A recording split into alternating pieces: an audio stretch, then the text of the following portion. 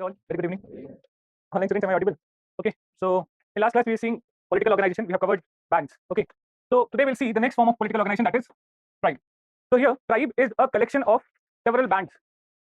Okay, and several bands or maybe several lineages or clans that may come together, that will be called as tribe. So it's a relatively bigger political organization controlling a larger amount of population. So what differentiates, if it's a collection of bands, what differentiates tribe from bands? What is the difference? Here the idea comes as what is called as pan tribal sodality. Okay, this sodality means it's an informal mechanism of association or informal association kind of thing, through which these smaller groups can be united in time of crisis. There will not be a regular mechanism or a formal mechanism of association, but these smaller groups might function autonomously in normal cases, but when the time comes, they can also unite and they can function collectively. This is what is called as pan tribal sodality, and this is a unique feature. Okay, that these autonomous groups might unite together. Okay, so based on this, tribes can be divided into different forms of political organization. First one, it's kinship based. Here that means sodality is based on some kinship mechanism. So there are two types: lineage based, second clan based, then non-kinship based. So sodality is not based on kinship mechanism but through some other mechanism. So it can be age based, then association based. Actually in some places you might see association based is the general name, and under which you will see age based and secret association or secret societies. So it's a type of association based only. Then the last one, that is big man based.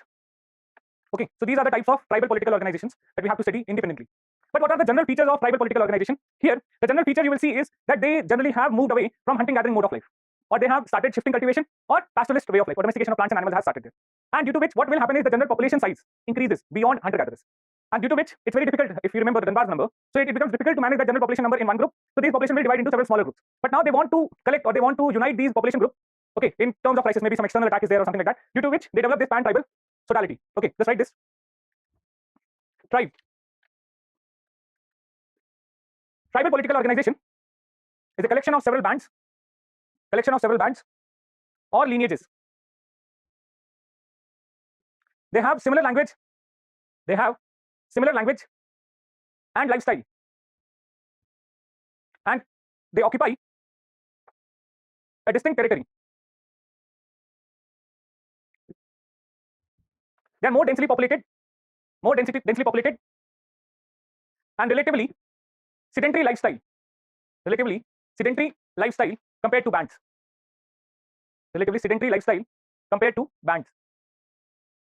They have little political or economic specialization.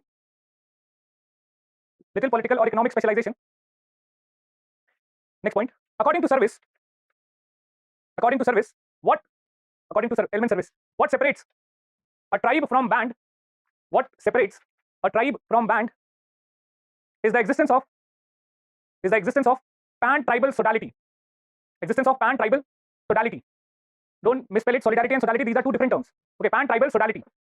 Sodality simply refers to a formal or informal type of association. The sodality can be of two types. First, kinship based. Second, non-kinship based. And based on which the tribal political organizations are this. Okay, please draw this flowchart. Okay, so let's see one example of tribal political organization in general. It's a community named as Capel. Okay, so this community lives in Liberia and was studied by Richard Fulton. Here there is a secret association that is called as Poro. Now what is this secret association based group?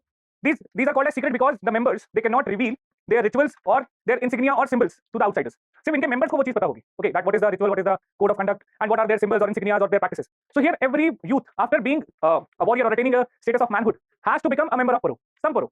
Okay, there are multiple Poros. It's based on your interest and choices. You join some. Okay, and when you have joined some Poro, you will be coming to know about that particular group, its way of life and its symbols. And these Poros, they have some basic task that has to be done.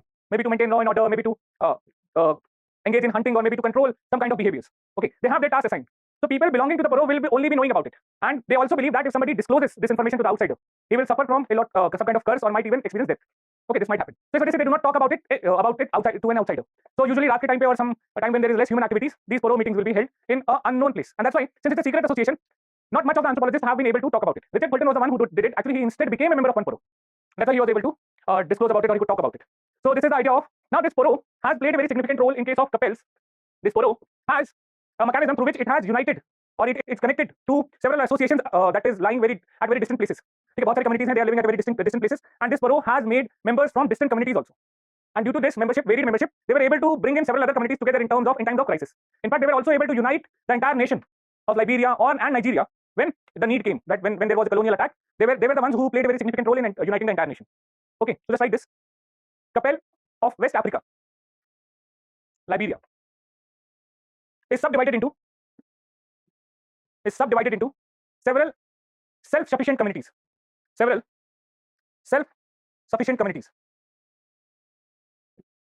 Hereditary ownership of land is up there. Hereditary ownership of land is present, and council of elders that make decision by consensus. To be a true participant, every man must be a member of a poro. It's a man's secret society. Secret in the sense that the symbols and rituals are not to be revealed to outsiders. The membership in the poro cuts across lineages. That could unite Capel into larger groups. Sometimes the unity might extend even beyond Capels.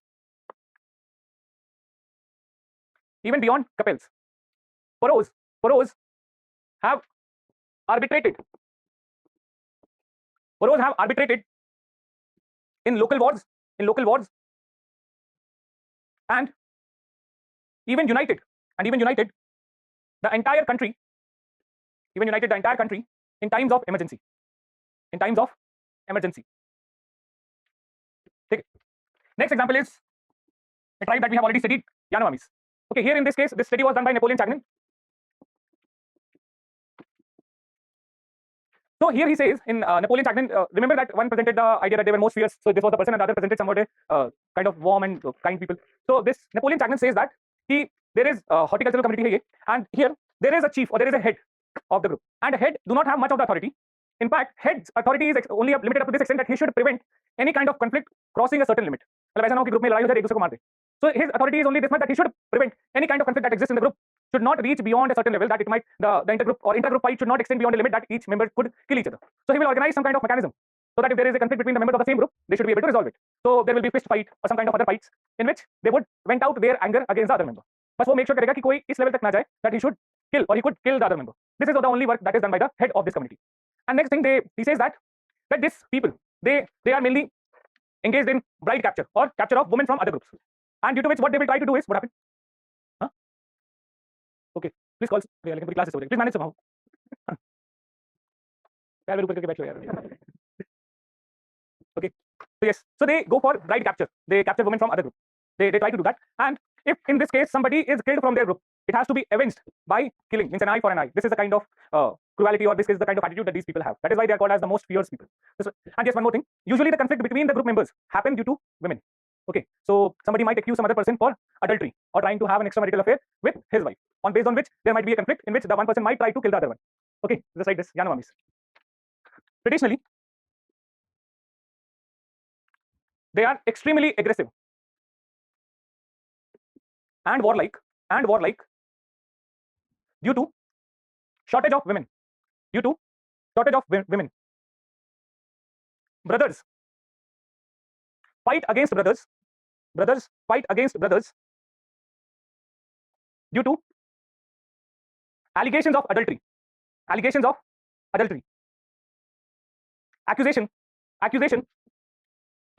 adultery is common. And hostility is high. It requires it requires a headman to maintain the order, but the headman has no coercive authority.